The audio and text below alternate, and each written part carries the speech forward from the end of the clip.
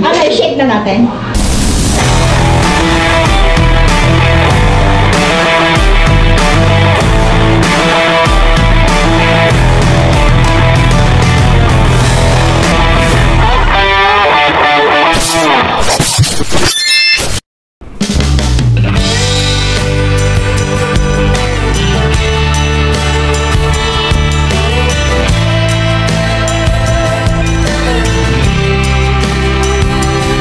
Welcome back to my channel mga katoto.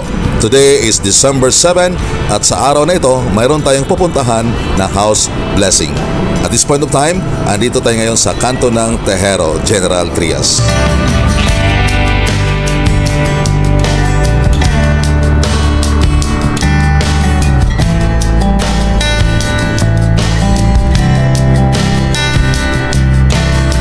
Right mga katoto, matagal-tagal din tayo hindi nakapagmotor. More than 2 months. I mean, nakapagmotor tayo pero hindi tayo nakapag-vlog gamit si Maxine. Dahil nga nasa travel tayo sa ibang bansa sa nakalipas na mga buwan. At yun ang ating mga vlog last month of October. Nasa Japan tayo. And November, nasa Hong Kong tayo. At sa araw na ito na, babalik tayo sa pagmumotor. So right now, andito tayo sa intersection. Traffic pareho ang intersection. Kanina doon sa may kanto ng Tejero, traffic. Intersection naman dito papuntang Anyana, traffic din. So talagang ganun, dumadami ang sasakyan. At hindi naman masyadong malaki ang mga daan dito. Unlike sa ibang bansa talaga, nakikita ko Japan, Hong Kong, maraming sasakyan pero controlled ang mga transportation doon. Why? Dahil nga maraming train, marami sila mga subway, maraming mga train na ginagamit. So instead na magkaroon ng sariling sasakyan, so mostly sa mga tao doon nagko-commute using yung mga train. Right, so sa araw na ito mayroon tayong pupuntahan dito sa General Trias. Meron na pong house blessing na tayong pupuntahan. Now actually ang house blessing kanina po ginanap mga, I think mga 2 o'clock. But since may trabaho tayo, ngayon tayo pupunta. Talagang mayroong isang pagkain na hinahanda sa atin. Isa sa mga paborito ko, ang KBL. Ano man yung KBL na yan, doon natin makikita. Ipakita ko sa inyo. Isa sa paborito kong pagkain. Alright, let's go.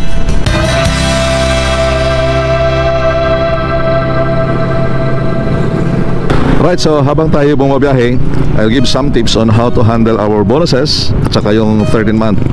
I think by next week, maraming mga kumpanya ang magbibigay ng mga bonus at saka mga 13th month. So blessing doon sa mayroong mga ganitong tinanggap pagdating ng December. Blessing yan sa mga tatanggap. At isang papasalamat natin yan sa ating pinagtatrabuhan. Dahil nga kahit pa paano meron tayong matanggap itong ganitong pagkakataon. Bago man natin maubos ang ating 13th month or bonuses, I'll give some tips on how to handle this blessing. Paano ba natin i-handle itong blessing na ito? So basically isang taon natin hinihintay ito. 1 year waiting. Kaya dapat hindi natin ito ubusin ng isang linggo lang. Dapat magiging wise tayo to handle our money. So kukunin natin ang ating pag-aaral dito sa salitang wise. Number 1, W, we have to worship the Lord. Ibig sabihin, we have to give some portion of it para sa ating Panginoon. If you are a member sa isang church or any ministry na mayroon ka, so some part of your bonuses or let's say 13th month, dapat ibigay mo yan sa Panginoon. Maglaan ka rin para sa Panginoon. Because remember, kung anong lakas mayroon tayo at bakit tayo nakapagtrabaho, yan ang Panginoon Diyos ang nagbibigay sa atin ng lakas. Sabi nga sa Deuteronomy, thou shalt remember the Lord thy God, for it is He who give you the power to have wealth. Pangalawa, letter I, is what we call investment. Huwag mong ubusin kagad ang sahod mo o let's say income na meron ka. Kailangan mag-invest ka rin. Investment simply means na namumuhunan ka O let's say nagdinegosyo ka at meron pong balik sa iyo na may tubo. So that is investment all about. Parang nagtatanim ka at pag umani ka na, there will be a certain increase doon sa tinanim mo. So that is investment all about. I don't know anong klaseng investment ang pwede mong pasukan, but be careful naman sa mga investment na papasukan mo. Baka scam yun. Pangatlo, you need to save some amount of your income because we don't know what will happen. Huwag natin ubusin kagad ang ating mga pera. We need to save some of it. Itago lang natin yan. Nang sa ganun, for some emergency cases, mayroon tayong mabubunot, mayroon tayong makukuha, o mayroon tayong magagamit. Pangapat na bagay, letter E, evaluate your daily expenses. So titingnan mo yung mga ginagastusan mo. Titingnan mo kung saan ba napunta ang pera mo. Kung ito ay napunta lang sa mga wants, so hindi po maganda. Dapat ang pera natin napunta sa ating mga needs. Kasi kung wants ang pag-usapan, ay napakadaming gusto natin sa buhay. But we have to think about our need. Yung pera natin dapat napunta doon sa mga need natin. Iwasan natin yung forma. We have to spend with a purpose. Kasi kung tayo ay forma lang palagi, we spend it sa forma without a purpose, time will come, sasabihin mo, sana iniipon ko na lang. So you know, nasa dulo ang pagsisisi. So in order for you not to have regrets, then you need to evaluate your daily expenses. Marahil tayong mga ginagastos na kung saan pwede palang hindi gastusin, pwede palang hindi natin gamitin doon. So tandaan natin, be wise enough on how to manage your money. So again, the word wise simply means worship the Lord, invest some of the amount, and save and evaluate your daily expenses. So sana nakatulong tayo. So I think I have to check muna kung anong subdivision yun para sure tayo.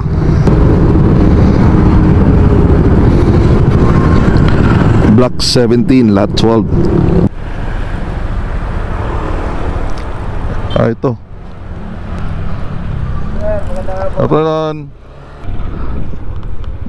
Lot 8. Block 7.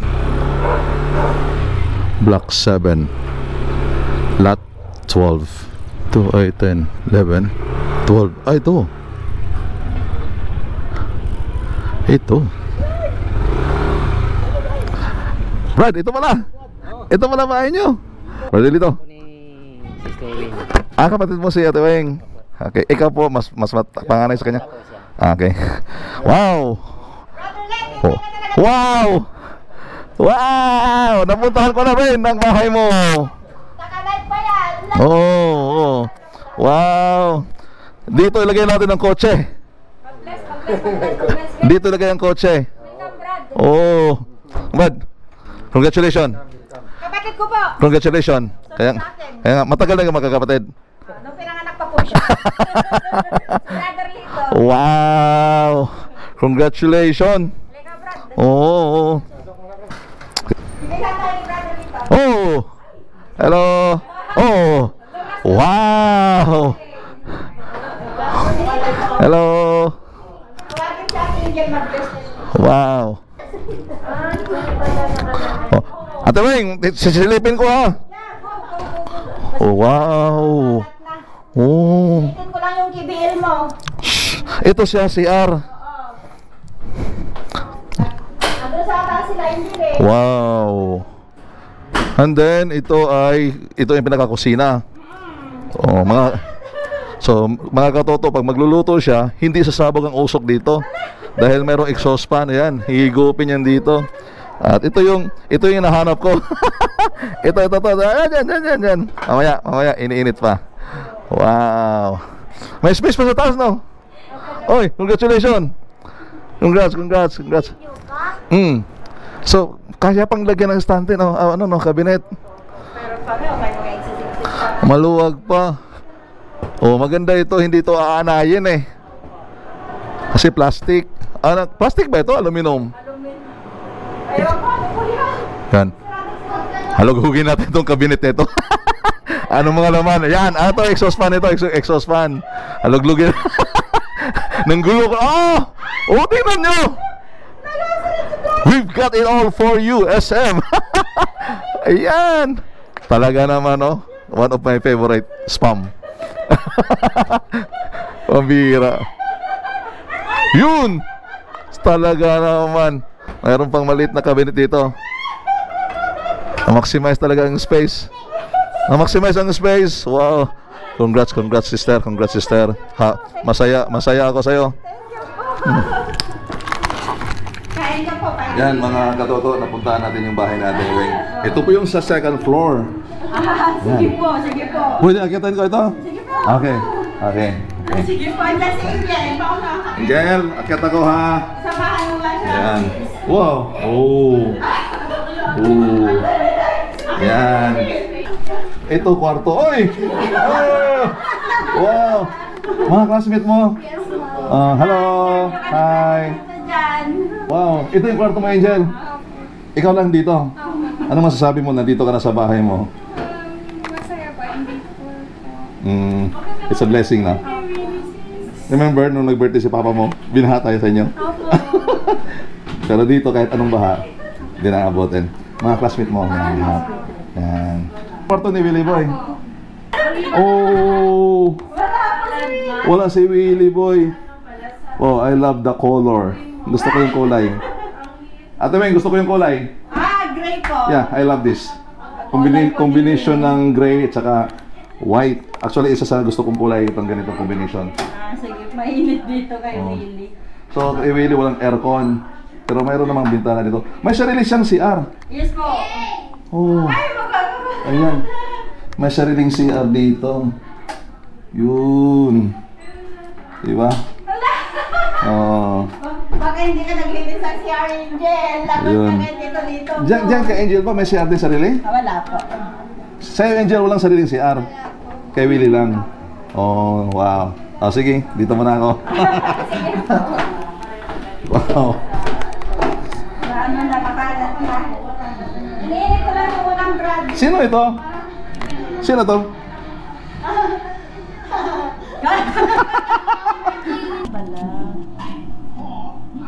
So alam nyo mga katoto, blessing ito ng Panginoong Diyos eh. So doon sila nanggaling sa maliit na tinitira nila at walang second floor. At remember, naalala ko na nag-birthday si Brother William. I think this year ba yun? Opo. Talagang binaha kami doon at pinasok yung bahay ng tubig. But by God's grace, ito na. Andito na sila sa bago nilang tahanan. Yung KBL ay iniinit pa. Ayan na. Yes. Ayan na. Your favorite. Ayan na. Wow! Alam mo, anong ibig sabihin ng KBL? Kay Brother Lito. So, basically, itong KBL ay famous ito sa Iloilo, no? Iloilo po. So, ang ingredients ito, merong langka, baboy, at kadyos tawag nito, no? Ayan, kadyos. At may gata ito, sister? May gata ito? Wala. So, walang gata. Ano, batuan, pampaasim. Tirahin na natin.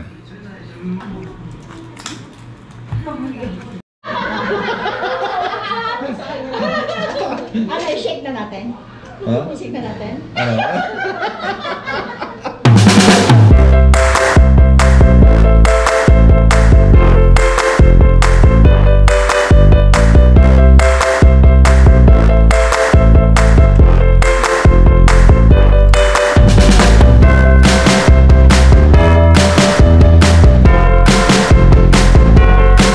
Anong message mo kay Weng? Message ko kay Ate Weng, siyang magbago. Uy, kung hindi Huwag siyang magbago, no? Opo. Step Maricel, anong sabi mo? Congratulations sa new home, sa blessing na binigay ng Panginoon sa aking kapatid. At ang sabi ko ay patuloy na maglingkod sa Panginoon. Yun. Alam nyo, mga katoto, masaya ako kapag yung mga kapatiran natin ay mayroong ganitong mga blessing. Anything na blessing na mayroon sila, either material, spiritual, or physical blessing man yan, masaya ako dahil yan nagpapatunay na sabi nga doon sa Biblia, the righteous will be blessed by the Lord. Amen. So, though marami mga problema sa buhay tayo, huwag tayong susugo. Huwag tayong ayaw dahil nga isa sa quotation na paborito ko, ang tao nagpupursigi ay mayroong chance na magwawagi. Kaya, ito na yon. Ito na yon.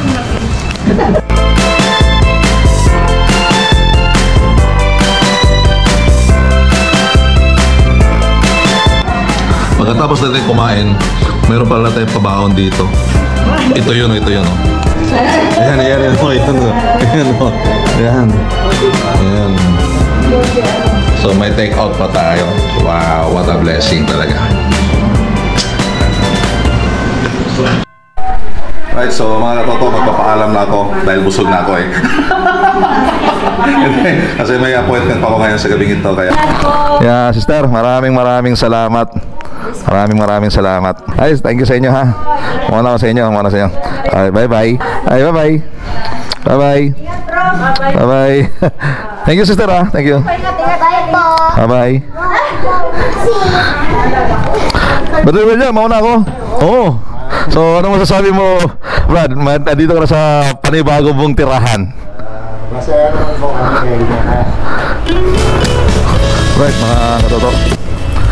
On the way home na tayo at purihin ang Panginoong Diyos dahil nga nakatira na sila Brother William at ang kanyang pamilya sa panibagong ng tirahan dito sa Breeze Woods Homes. So malawak ang daan, no? Kahit dalawang sasakyan magpapark kabilaan, still mayroon kang madaanan. So malawak yung daan.